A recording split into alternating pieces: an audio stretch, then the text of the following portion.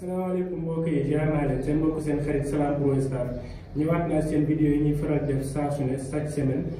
muy comme ni ñu koy faral di defee saa su ne tey damaa ñëw indi leen formation boo xam ne pour débutants yi sama mbokku débutants yi xam ngeen yéen laa fi nekkal donc dinaa leen woon naka la ñuy defee fabrication début ba fin mooy première étape deuxième étape ba troisième ba quatrième étape donc ci weeru koor gii nii dinaa leen defal formation nan la ñuy fabriquer corniche suisse maa ngi leen di ñaan ngeen topp ñu ngeen suivre ñu bu fekkee abonné boobu maa ngi lay ñaan nga abonné wu dès maintenant ci chaîne bi mooy Salam Pro Star ndax fii la ñuy publier lépp lu bees lépp loo xam ne lu dem ci wàllum staff dem ci wàllum bâtiment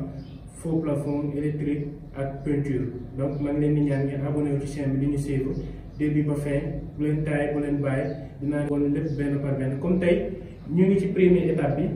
tey dinaa leen woon nan la ñuy fabriquer corniche suisse ndax bari na ñoo xam ne dañuy am jafe-jafe ci seen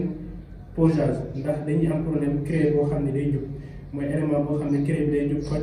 kon man dinaa leen woon naka la ñuy fabriquer élément corniche suisse boo xam ne day jub xoj te sans nga koy fabriquer moule corniche doo am moule donc table bi kese il suffit que nga am table bi ak benn règle aluminium fer plat ak fer bornage bi ngay borné li nga am dimension bi ngay soxla li nga am tamit élément boo xam ne day jub xoj corniche suisse bu jub xoj kon maa ngi leen di ñaan ngeen suivre ñu début ba fin dinaa leen woon lépp benn par benn tey ñu ngi ci première étape bi jaa ngeen jëf ak vidéo bi tey nag naa leen woon nan la ñuy pratiquer mooy première partie bi mooy ni ñuy defaree corniche suisse mooy élément bi nga xamante ni moom la ñuy teg mu nekk benn corniche boo xam ne liis la boo xam ne day jóg xoj te doo leen ci am benn jafe-jafe kon topp leen ma début ba fin ma wol leen ko ay wax di nga soxla premier kii di nga soxla règle aluminium bu ñuul bi mooy bii nii mooy 40 carré bi moom ngay soxla di nga soxla tamit fer bornage mooy fer bii nii xaaral mu ñëw wol leen ko expliquer leen ba mu leer nañ ndax ngeen mën ko comprendre waaw di nga dem foo xamante ne di nga soxla dimension boo xam ne 30 lay doon di nga dem foo xamante ne di nga soxla dimension boo xam ne 40 lay doon di nga dem foo xamante ne da nga soxla dimension boo xam ne 20 lay doon wala 15 lay doon ça dépend boo amee contreplaqué bii nii moom moo gën parce que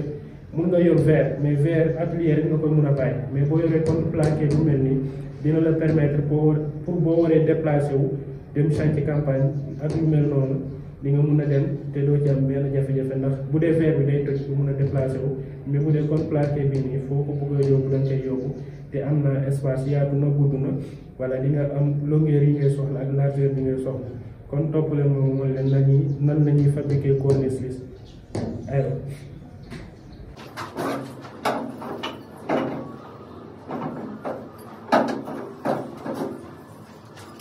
tey nag mooy première partie bi tey dinañ defar corniche suisse boo xam ne largeur bi 30 centimètres lay doon naa leen ko woon lépp début ba fin benn par benn incha allah.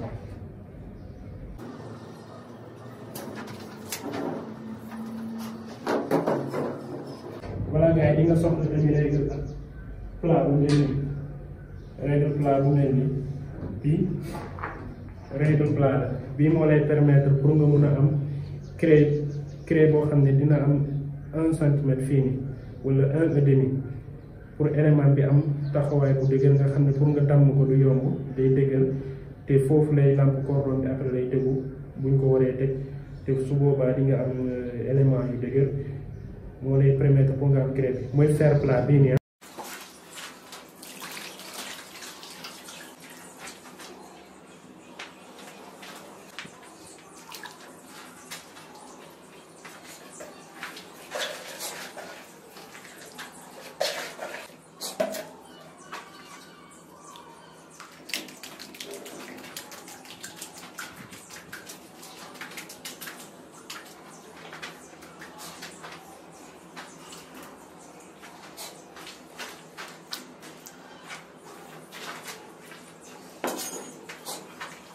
voilà gars yi di nga soxla couteau bii nii moo lay